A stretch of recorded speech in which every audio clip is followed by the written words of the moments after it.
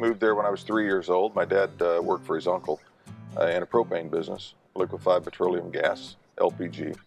And they moved up there because of the farming community. So we were, we were responsible for filling up all the tanks in the area and for the irrigation and also for the maintenance of the house, any gas or heat or anything else that they needed. So Dad was to do it all. He was a plumber, deliverer, and in the hot days of Oklahoma, he would get up at 4 or 5 in the morning, go do all of his deliveries, and then be back in time to go fishing or help us play whatever sport we were. And I grew up with 2 older brothers, Teddy and William. And I can remember when I was 3 in the backyard hitting baseballs, and Dad hit one out in the cornfield. It was kind of like Field of Dreams coming back when you saw the movie. And it was the longest ball I ever saw hit. There was no black friction tape. We hit it so much, and the bat was tacked and taped up. What age are you, approximately? I'm 3 then, yeah. And so I can remember playing, and then when we moved to Binger, when I was 4, I got to play with the boys, my brothers, who were 5 and 6 years older, but my outs didn't count. But they let me play. And we had, I was the Yankees, and Dean Crane was the Dodgers, and we knew all the lineup. And we had a game called Tin Can, and it was a mill nut can or a evaporated milk can, and that had been used the church key on top to open. So you would throw the can in a bat that had been sliced on the end of the half. You'd hit the can. If we went past a certain area, a distance, it was a single, another double, triple. And if it went into the shed, it was a grand slam.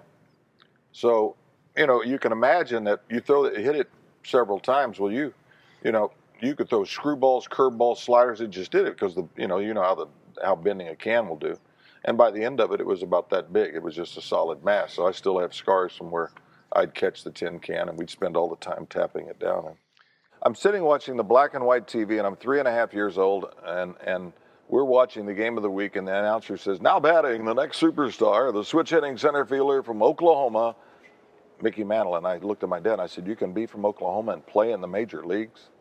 I said, "That's what I want to be." Because Dad, truthfully, was the reason and the impetus for all of it, because he wanted to play baseball. He was a heck of a catcher, everybody tells us, but the war came along. He served 2 hitches and never got the opportunity to play.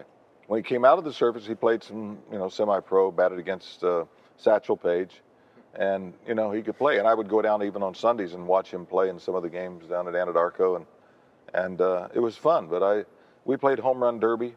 That's where I learned to swing for the fences. Most of my days it was pretty simple. When it was the summer, we played baseball. And then when we got in school, and then we would let out school 3 days, 3 weeks every year, so we'd go harvest the crop. So I pulled cotton when I was 6 years old, 2 cents a pound. And I started doing that. I played baseball in the fall, and then basketball, and then it was baseball. And, we didn't have traveling teams. We didn't have a lot of stuff that these kids go to. When I was 9, I played with 11 and 12-year-olds. Yeah, you played out. When I was 11, I played with 13 and 14-year-olds. When I was 14, I played American Legion, which was 17 and 18-year-olds. Right. And I didn't get to play because we didn't have a team, because we were still too small.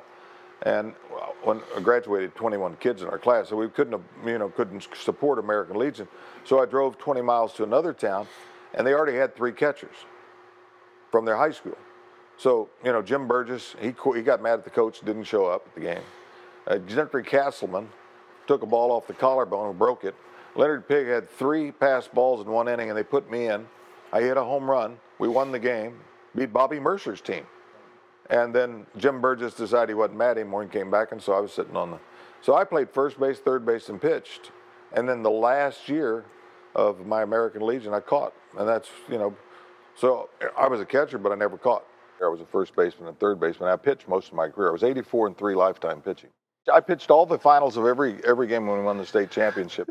But when I pitched, I took infield as a catcher, so the scouts would come out of the cars and watch me take infield.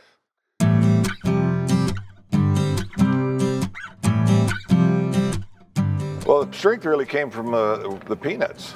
We used to harvest peanuts. We'd combine peanuts, and then we would. Well, first of all, they dig them, and then you go out, and then by then we were done with fueling the tank. So they dig them, and then once they dried out, you combine them, and you might be out there till 1 or 2 or 3 in the morning because you had to get the crop in. So, then I'd have to lift all the bags and throw them into a pile down on the ground. So they would still have the moisture content. Would have to still dry out. once they were dried out, then the sacks weighed 80 to 100 pounds because I'd have to pick up the bag, and I wasn't strong enough to throw them, so I'd pick up the bag and then put them on my head, and then I'd walk over and throw them up into the deal. And I got in school a year early, so when I was in the 8th grade, I was 5'2". 5'2" with these same high hands. I grew 9 inches in the next 2 years, so by the time I graduated, I was 187 and 6'1", and I had basketball offers. I made All-State and honorable mention All-American in basketball. Could you jump? I could dunk. I could shoot. I was a hell of a basketball player. In fact, Abe Lemons from OCU, Oklahoma City University, he sent Paul Hansen as assistant down to recruit me. Well, and now let's go ahead 5 years to 1970, and I'm Player of the Year in Oklahoma, and I go back to Oklahoma. I'm with Barry Switzer, I'm with Abe Lemons, and I'm with everybody being honored at the Oklahoma dinner. And Abe came up to me. I hadn't seen him. And I've only seen him on the basketball court. Abe came up and said, "You just don't get it, do you, son?" I said, "What's that, Mr. Lemons?" He said, "Well, you could have come up here to Oklahoma City University and got you an education, and by now you'd be a high school coach at Goatee Boat. See? You just don't get it."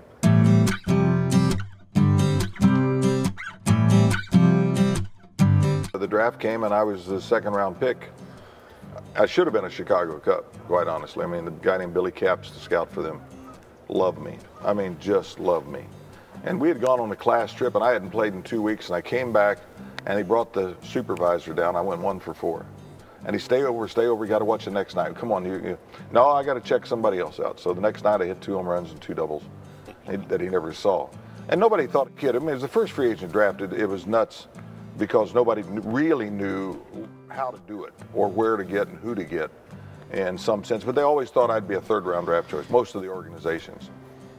And when there was a meeting, and we had Jim McLaughlin was the minor league coordinator, and they were all sitting around talking. This guy said, "What do you think of this kid Bench?" "Oh, we're not that high on him." And he walks out of the room and he said, "Who's Bench?" And they sent a scout in from Texas and one in from Kansas. They saw me play 2 games. They liked the way I threw, and I got drafted in the 2nd round. First thing he said was, "I hear you hurt your arm." "Well, I'll go out in the front yard right now and throw for you, Mr. Robella, if you want me to." Yeah. And so he said, well, he made a little offer, and then Dad said that's not enough. And he Tony said, "Well, I'll be back." And he went down to the one phone booth we had and made a call, if he was making a call, in fact, and came back and said, "Well, we can give you $6,000. And we'll give you, because we know you want to go to school, we'll give you $1,000 for each semester, 8 semesters. So after the season's over, you can go to school." And I said, Dad said, "It's not enough, but it's your life." And I said, "Well, this is what I grew up to be."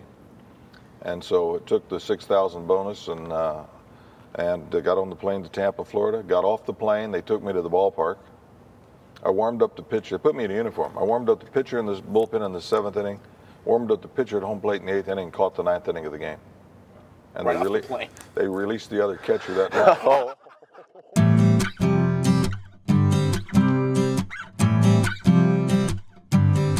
Next year I went to Peninsula Grays, the Hampton Newport News, and I got called up to Buffalo at the end of July, and I went up. The first game I started, I never forget it because it was huge. It was Old War Memorial Stadium, where The Natural was filmed. And I go in there, it's the biggest crowd of the year because it's a Union Day. It's like 30-some thousand people. And Scotty Breeden is pitching, and Adrian Garrett is the hitter, and 3rd hitter in the inning, 1st inning. He fouls the ball down on my thumb, and it's broken. I don't even get to hit. And so I go back to Oklahoma. So I go up to Wichita, Kansas to watch my buddy play in the Baseball Congress. And I drive back to stay with my brother in Oklahoma City, and 4-lane highway, semi-truck. I just pull out in the other lane. Here's this drunk driver on the wrong side of the road. And I hit my brakes, and he hit me right in the door. The car folded up like a V. The first car behind me was a doctor, whatever that meant. I'm sure he helped. And I came to, the only time when I came to, I was getting in the ambulance. And I went in, it took me to the hospital, and the doctor said, "You have the biggest bones I've ever seen. If it hadn't been for that, you would have been broken half."